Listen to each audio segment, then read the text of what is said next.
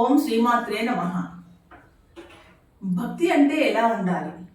ఏదో చేస్తున్నాం గనక చేస్తున్నాం, పోవాలి గనక గుడికి పోతున్నాం, పూజ చేయాలి గనక చేస్తున్నాం, అంతేకాని తన్మయత్వంతో ఎవరూ చేయడం లేదు.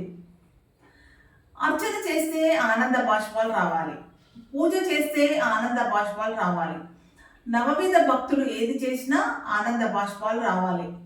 అలాంటి అనుభూతి కలిగి భక్తి చేసిన వారే నిజమైన భక్తులు.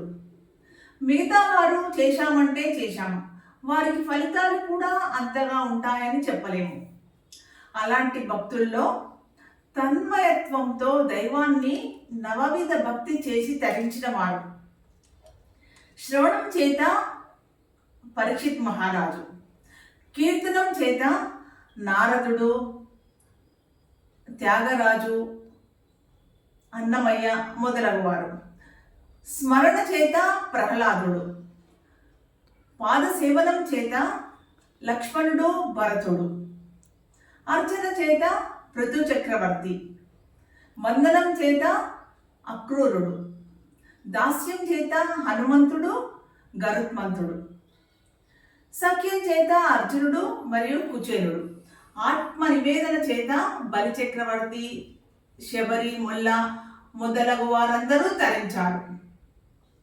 మనిషి మహనీయుడు కావాలంటే ఈ లక్షణాలు కలిగి ఉండాలి.